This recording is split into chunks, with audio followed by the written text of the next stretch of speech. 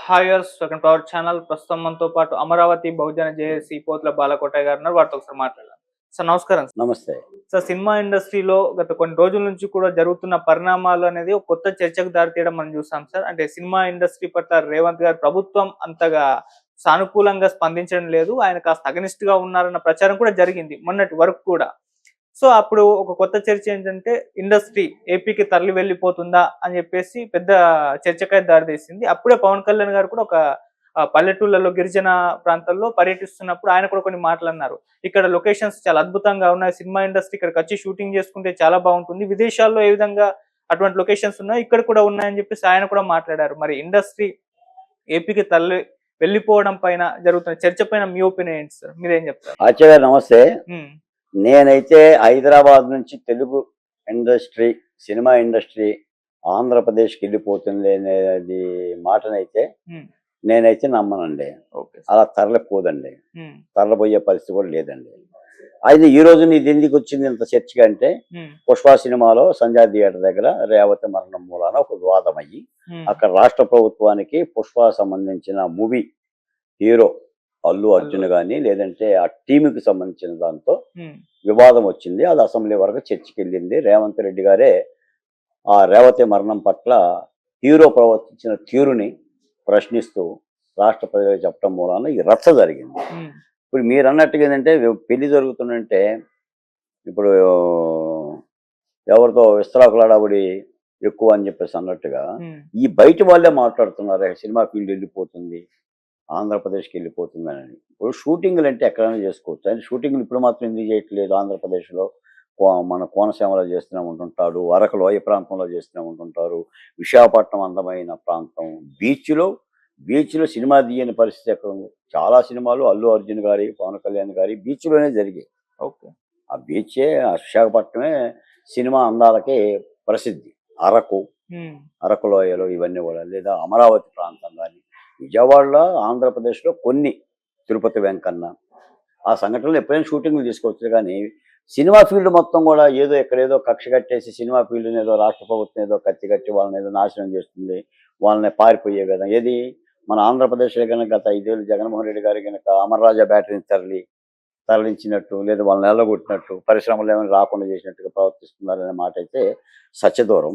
చాలా మంది కూడా మాట్లాడుతుందంటే ఈ వివాదాన్ని పురస్కరించుకొని మళ్ళీ 2 ప్రాంతాల మధ్య ఏదో భాషోద్వేగాలు రెచ్చగొట్టే విధంగా మీరు ఆంధ్ర వాళ్ళు మీరు వెళ్ళిపోయిన అసలు తెలంగాణ విడిచిపెట్టేసి డామ్ డూమ్ డిస్క్ అని చెప్పేసి అని కొంతమంది ఎమ్మెల్సీలు వాళ్ళు కూడా మాట్లాడిన సందర్భాలు ఉన్నాయి. అలాంటిది ఏమి జరగదు.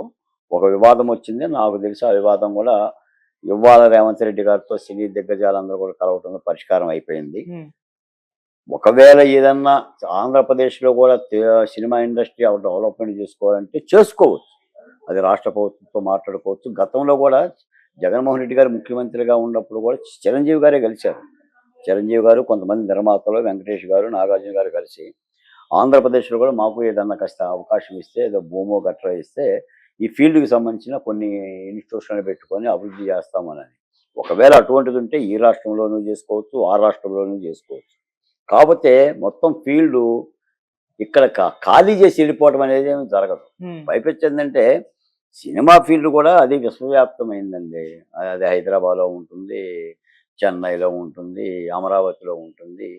వాళ్ళకున్న పద్ధతిలో వాళ్ళు చేసుకుంటారు తప్ప, అంతే తప్ప తరలిపోవటం అనేది ఏం జరగదు. ఈ విషయంలో కూడా పవన్ కళ్యాణ్ గారు రాష్ట్ర ప్రభుత్వం రమ్మని ఏం పిలవట్లేదండి. మీరు హైదరాబాద్ వదిలేసేసి రమ్మని చెప్పేసి పవన్ కళ్యాణ్ గారు ఏమంటారు, చంద్రబాబు నాయుడు గారు ఏమంటారు. అలా అనటం కూడా సమంజసం కాదు. అదేదో ఒక సంఘటన జరిగింది. దాని నుంచి ఏంటంటే రేవంత్ రెడ్డి గారు సినిమా టికెట్ల మీద కానీ, నూనె షోల మీద కానీ, అర్ధరాత్రి షోల మీద కూడా ఒక నిర్ణయం తీసుకున్నారు. బహుశా ఈ నిర్ణయం రేపు పొద్దున ఆంధ్రప్రదేశ్ ప్రభుత్వం కూడా, ఎందుకంటే ఒక ఒక మార్గదర్శకత్వంగా ఉండాలి కాబట్టి తీసుకోవాలి. గతం కూడా జగన్మోహన్ రెడ్డి గారు తీసుకున్నాడు.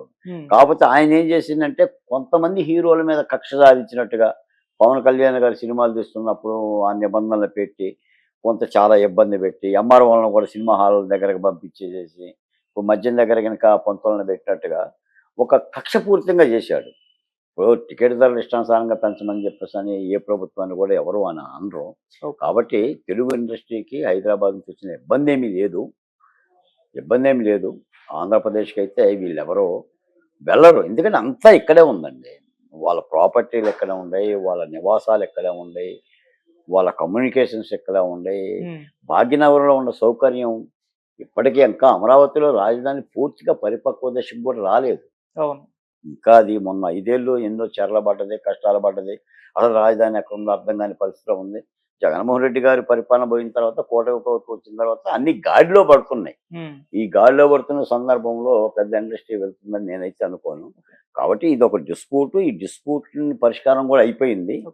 ఒక 2-3 రోజులు ఇవన్నీ కూడా అసలు ఈ మాటలు కూడా ఉండవు, సద్దుమణిగిపోవడం.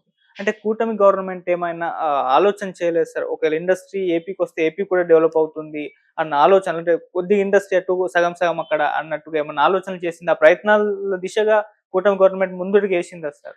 సాధారణంగా ఏంటంటే, ఇప్పుడు ఆంధ్రప్రదేశ్ బాగా దిగాలబడ్డ రాష్ట్రం కాబట్టి, అంటే విభజన తర్వాత అన్ని కోణాల్లో కూడా మేము వెనకబడిపోయాం కాబట్టి, తెలుగు ఇండస్ట్రీ కూడా ఆంధ్రప్రదేశ్ ఇస్తే బాగుంటుందనే ఆలోచన అయితే ఉంది. గతంలో కూడా చంద్రబాబు నాయుడు గారు ముఖ్యమంత్రిగా ఉన్నప్పుడు కూడా చర్చలు జరిగారు. మన జగన్మోహన్ రెడ్డి గారిని కూడా కలిశారు. కానీ అవన్నీ కూడా సత్వరం ముందుకు రాలా. మొన్న 5 ఏళ్ళు కూడా పరిస్థితి అంతా భిన్నంగా ఉండటం మూలాన. ఒకవేళ అలా కొంతమంది అక్కడ కూడా ఇండస్ట్రీని డెవలప్మెంట్ చేయాలి, విశాఖపట్నంలో మేము ఉండాలి, లేదా అమరావతిలో కూడా మేము ఉండాలి, ఆ ప్రాంతం కూడా చేయాలంటే తప్పేముంది, చేసుకోవచ్చు. ఆయా నిర్మాతలు, ఆయా దర్శకులు అక్కడ కూడా ఉండాలని చెప్పి ప్రభుత్వాన్ని సంప్రదించవచ్చు. వాళ్ళు సహకరిస్తే సహకరించవచ్చు, సహకరిస్తారు కూడా. నిజంగా ఇండస్ట్రీలో ఉన్న దిగ్గజాలు ఆంధ్రప్రదేశ్లో కూడా ఇండస్ట్రీని డెవలప్మెంట్ చేయాలి, అక్కడ కూడా కొన్ని సంస్థలు ఉండాలి, కొంతమంది హీరోలు అక్కడ కూడా ఉండాలి, చెయ్యాలి అని అనుకుంటే చేయొచ్చు. అక్కడ ఉండొచ్చు, ఇక్కడ ఉండొచ్చు. ఎందుకంటే ఈ 2 తెలుగు రాష్ట్రాల్లో వాళ్ళకి కావాల్సిన ఇండస్ట్రీ డెవలప్మెంట్ అంటే సినిమా ఫీల్డ్ డెవలప్మెంట్. సినిమా తక్కువ ఖర్చులో పూర్తి కావాలి, సినిమా ఆడాలి, సినిమా తీయగలగాలి. చిన్న సినిమాలైనా సరే ఈ రాష్ట్రాలు తీసుకున్నాయి. ఒకవేళ రాష్ట్రానికి సహకరిస్తామంటే తప్పనిసరిగా చంద్రబాబు నాయుడు గారు అటువంటి అంశాల్లో ముందే ఉంటాడు. సహకరించే ధోరణిలో ఇండస్ట్రీకి ఆయన ఎప్పుడు కక్షపూర్తిగా ఉండే వ్యక్తి కాదు. తప్పనిసరి సహకరిస్తాడు. ఒకవేళ ఆంధ్రప్రదేశ్ కనుక ఇండస్ట్రీ వస్తే ఆహ్వానిస్తాం. అక్కడ కూడా వస్తే, అంటే ఇక్కడ తీసేసి కాదు, అక్కడ కూడా వస్తే అక్కడ కూడా ఉంటామంటే ఆ ప్రభుత్వం ఆహ్వానిస్తుంది, అందరూ ప్రజలు కూడా ఆహ్వానిస్తాం. మహారాష్ట్రం కూడా ఇండస్ట్రీ వచ్చిందని ఆ దిశగా మనం జరుగుతాం, పరిణామాలు చూడాలి. Okay sir, thank you so much.